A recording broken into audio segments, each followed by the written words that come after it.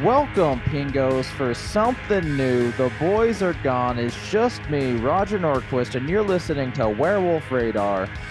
This week, we're going to do something a little bit different, but before we get into that, please check out our sponsor. Werewolf Radar is brought to you by the Monstruoco Fifth Dimensional Altar. Are you trying to worship your unperceivable malign deity, but lacking an altar with irregular angles that cause nightmares to all that look upon it?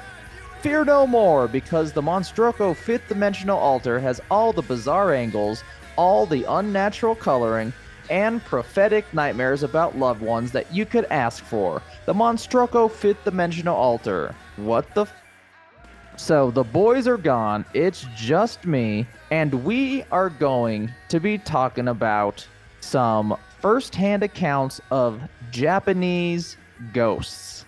I'm not talking yokai, I'm not talking demons, I'm talking legitimate ghosts that is kind of a cross-cultural phenomenon. I have collected a number of stories from SavvyTokyo.com and GataMagazine.com. Phenomenal resources for some of the more spooky things going on in Japan. I one day hope to go there with my lady on a nice trip. Definitely visit some haunted locations, eat some great food.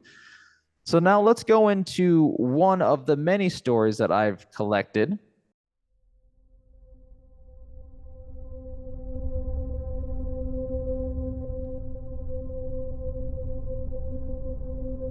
The only time I had ever seen a ghost is in Japan.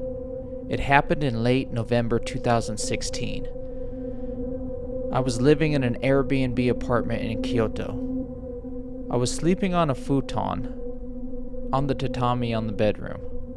One night I woke up and was very awake. Suddenly, I saw a man in his early 60s in traditional Japanese dress. He walked from the right side of the room, behind me, and to the left side of the room, then disappeared. He wasn't solid, but rather kinda transparent. But I could see enough of his face and clothing. He was looking ahead, and just walked by without looking at me. It didn't frighten me, and I went back to sleep. The next night was more creepy. I woke up again, and I had an inkling that the same thing was going to happen. Sure enough, the same ghost showed up. He started walking from the right side of the room and behind me. But when I looked to the left, I didn't see him. Suddenly, the edge of the blanket next to my left thigh began to rise. It must have risen about 1.5 feet, as if someone were lifting it. In my mind, I screamed, "Stop it! Leave me alone!" The haunting stopped after that.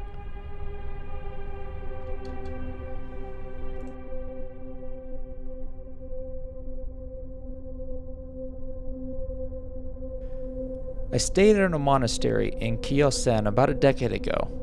Upon checking in, one of the monk's staff at the front began talking to me. He asked what I was doing there, what did I want there, and if I had been there before. I didn't think much of the questions, except we weren't talking directly. It was as if I was imagining him talking to me. I told my wife about the experience after getting to our room. That night, I had vivid dreams of my father, who I hadn't spoken to for 10 plus years, sitting across from him at a table I forgave him. I also dreamt of us chatting in a room together. The next morning, I woke up at 5 a.m. to pray with other Japanese worshippers at an on-site shrine. We chanted, lit candles, and took a tour to see pictures of monks who had led the monastery in the past. I had never chanted or prayed like this in a Japanese shrine before. We left Kyosen, but something was off. I talked to a fish at dinner later that day at a town called Naruto. near Dokushima.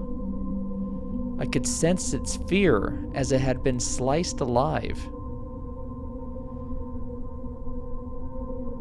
For about the next year, I had all sorts of vivid encounters. I dreamed incessantly about returning to Kyosan, that my life was a waste and the monastery was the only thing that could help me. I often dreamt of talking with that monk, and him asking me to return to Kyosan to help him with the facilities. One day, after this had gone on for quite some time, I had had enough and wished that the monk would set himself on fire. That very night, I dreamt of setting my apartment on fire and pouring gasoline on my body. It was so real.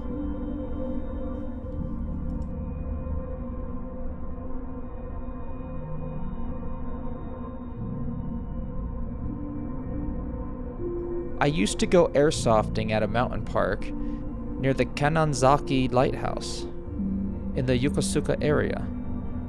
One night, around midnight, me and a few friends were walking back to our cars when we heard some giggling and the sound of someone running through the leaves down in the ravine. It stopped when we shined our flashlights down there. But as soon as we started walking, it started happening again. And it was following us. After the third time, we unloaded our guns, at least 2,000 BBs into the ravine. Silence. Then, as we went to leave, it started again. We ran back to our cars, and whatever it was followed us halfway down the mountain.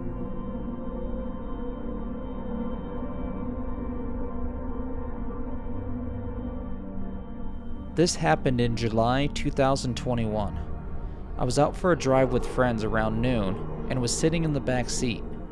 We were stopped at a light, and I looked out the window and saw this guy walking, looking at his phone. He was completely average looking. White t-shirt, black basketball shorts, baseball cap. But there was this shadow on the wall beside him. Except, not really a shadow. It was all white and much bigger than he was, but still shaped like a person. It didn't have legs though. I watched this until we drove off, and that white shadow followed the man walking down the street the entire time.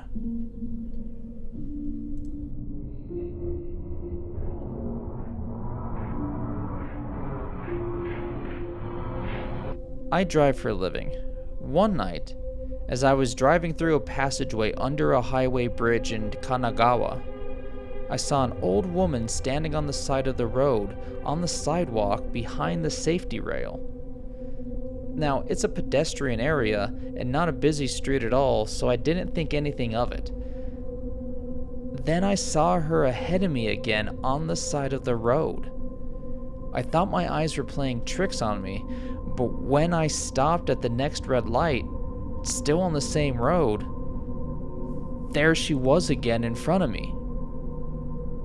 The light turned green, and when I stepped on the gas, she ran out in front of my truck. I slammed on the brakes, and I was sure that I hit her. But when I got out of the truck, there was no one there. Down the street from this area, I found an old sign from the police asking for any information regarding a hit-and-run incident. I was too afraid to call and ask if it was about an old woman or not.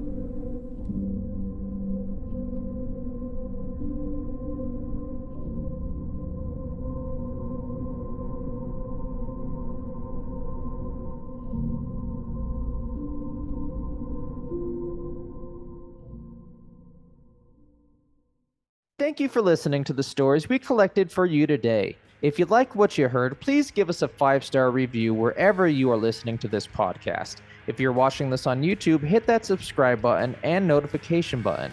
These are the best way to support us for free. Please visit our merch store at werewolfradar.com and check out the new Spaceman Joe shirts. If you're able, think about giving us a financial donation at patreon.com/werewolfradar. Doing so gets you exclusive episodes and merch. Plus, you get to hang out with us every Sunday and see how the ghost sausage is made. Now let's end with our monthly howl-out for Patreon members. Nick Bailey, Spooky Appalachia, Phil Corridor, Michael King, Melinda Metz, Janet Bravo, Dylan Gutierrez, Bob Ryan, AWOL51, Amanda, Tobias Livingston, the most well-prepared dead guy, Necro Phil, Marcelo Duran, Major Consequences, Elliot Broder, Alicia Coy, Cheesebot O'Doom, Abby Klaboo, Ryan Flint, Jake Speck, The Curian Soldier, Dean Malik, Dakota Vincent, Brian Ely, Adric Henkel, our Chancellor of Madness, Agonid Felix, and the Dark Lord of the Bunker themselves, Spectacular Copper.